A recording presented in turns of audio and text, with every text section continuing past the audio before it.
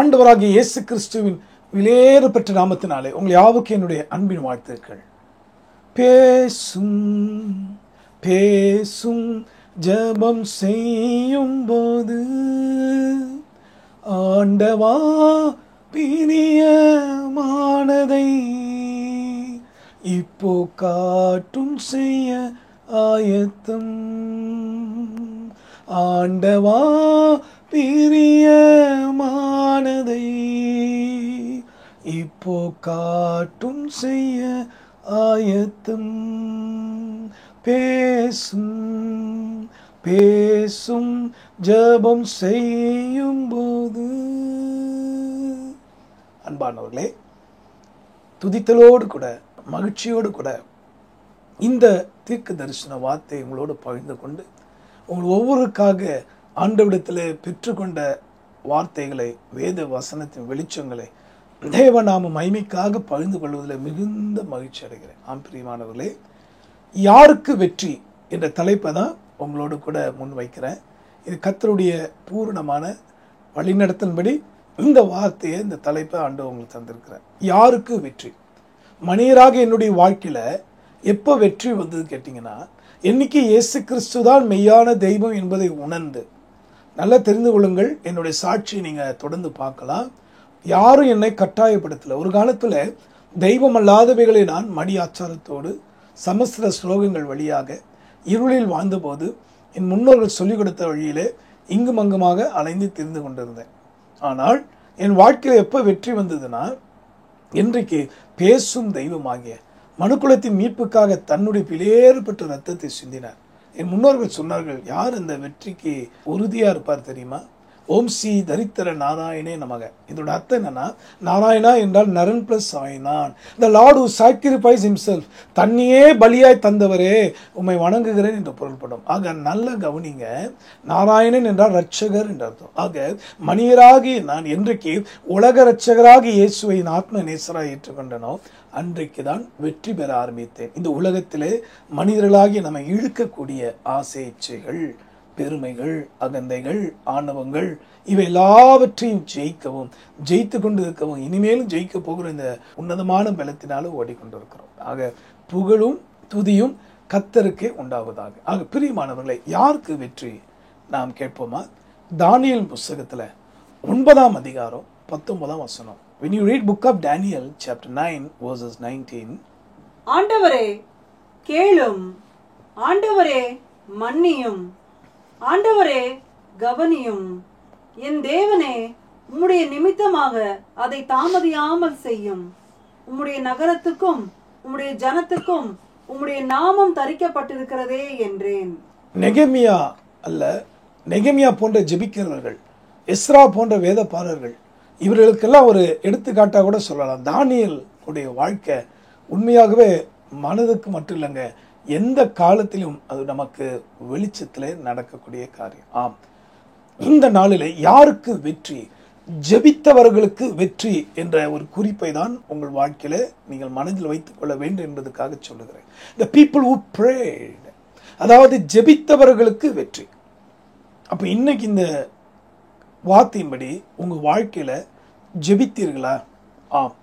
ஒருவேளை இந்த செய்தியை நீங்கள் முதல் முறை கேட்கிற நபராக இருக்கலாம், அல்லது கடந்த நாட்களில் பார்த்தீங்கன்னா, கடந்த 2023ஆம் ஆண்டு எலெக்ஷன் 2024 என்ற தலைப்பில் ஆங்கில சப்டைட்டில்ஸோட கர்த்தருடைய வார்த்தையை வசன ஆதாரத்தோடு விளக்கி சொல்லி, அதே போல் கடந்த மே 4ஆம் தேதி கர்த்தருடைய கிருபையினாலே ஜூன் 4ஆம் தேதி தேர்தல் முடிவுகள் எப்படி இருக்குங்கிறதான செய்தியும் கூட வேத வசன ஆதாரத்தோடு வித் இங்கிலீஷ் சப்டைட்டில்ஸோடு நாங்கள் பதிவு பண்ணியிருக்கிறோம்.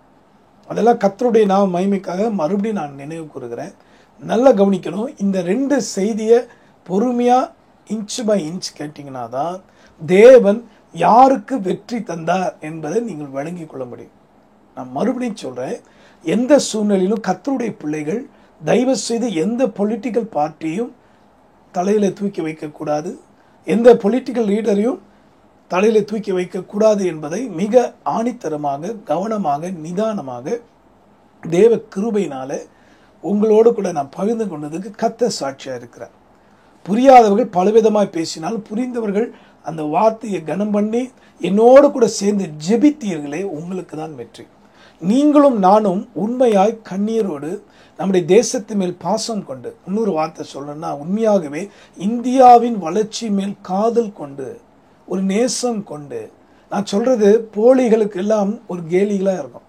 சும்மா தேசப்பற்று இருக்குன்னு சொல்லிட்டு ஏழை எளிய மக்களை துண்டாடக்கூடிய, அல்லது ஜாதியின் அடிப்படையில், பணத்தின் அடிப்படையில், அல்லது வேறு விதமான மொழியின் அடிப்படையில் துண்டாக்கி வேறு பிரித்து பார்க்குறாளே, அவங்களுக்கு நான் சொல்லலைங்க. உண்மையாகவே நம்முடைய தேசத்தின் நலனுக்காக, நம்முடைய தேசத்தை ஆளுகிற தலைவர்களுக்காக, அவர்களுடைய ரட்சிப்புக்காக ஜெபித்தவர்கள், விசேஷமாக ஜெபித்தவர்களுக்கு வெற்றி என்றுதான் நான் மறுபடியும் சொல்லுகிறேன். நீங்களும் நான் எதுக்கு ஜெபித்தோமோ அந்த ஜெபத்தின் முதல் காரியம் என்ன நடந்ததுன்னா, தேவ கிருபையினால இந்தியாவிலே ஜனநாயகம் காப்பாற்றப்பட்டது. ஆமென்.